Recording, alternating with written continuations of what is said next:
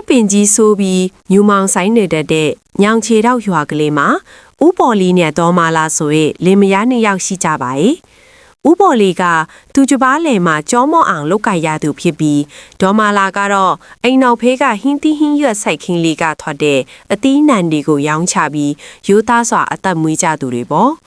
သူတို့မှာမောင်ပိန်ဆိုတဲ့သားတစ်ယောက်ရှိပါတယ်ဒါပေမဲ့မောင်ပိန်ဟာတခြားကလေးတွေနဲ့မတူပါဘူး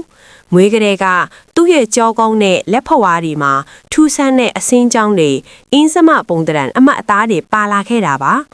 သူဟာစကားနဲပြီးတယောက်တည်းရင်မောနေတတ်တယ်လို့တခါတလေဘဒူးမှမမြင်ရတဲ့အရာတွေကိုစိုက်ကြည့်ပြီးစကားပြောနေတတ်တာကြောင့်တရွာလုံးကသူ့ကိုအယူမောင်ပိန်လို့ခေါ်ကြပြီးဝိုင်းကျင်ထားကြပါတယ်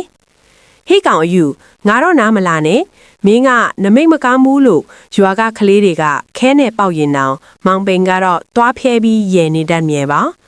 ဒါပေမဲ့ဘဒူးမှမသိတဲ့လျှို့ဝှက်ချက်ကတော့မောင်ပိန်ဟာရှေးဘဝကပါလာတဲ့ကုသိုလ်ကံကြောင့်လော်ကီအသက်ပညာအားလုံးကိုမတင်မဲတက်မြောင်ထားသူဖြစ်နေတာပါပဲစုံကဝေအောက်လန်းပညာတွေရဲ့အငွေအသက်ကိုသူဟာအဝေးကတည်းကအနံ့ခံနိုင်ပါပဲဒီနေ့မှာတော့ရွာဦးကျောင်းသားကညောင်ပင်ကြီးအောက်မှာမောင်ပိန်တယောက်တည်းဆော့ကစားနေတော့ရုတ်တရက်ရက်လိုက်ပြီးရွာလဲလမ်းမဘက်ကိုစိုက်ကြည့်လိုက်ပါတယ်သူ့ရဲ့မျက်လုံးတွေဟာထူးဆန်းစွာหนีရဲလာပြီးလက်ဖဝါကအင်းစမအမတ်အသားတွေကတစ်ဖက်ဖက်တောက်ပလာပါတယ်လာပြီးအမဲရောင်တွေလာနေပြီဟီဟီမောင်ပိန်ရဲ့ရဲတန်းဟာပုံမှန်တက်ပိုမိုခြောက်ချဖို့ကောင်းနေပါတယ်အဲ့ဒီအချိန်မှာပဲရွာလဲကိုမြင်းရထားတစ်စီးဆက်ရောက်လာပြီးအထဲကနေအသားမဲမဲမျက်လုံးအိမ်ကျင်ကျင်နဲ့လူစိမ်းတယောက်ဆင်းလာပါတယ်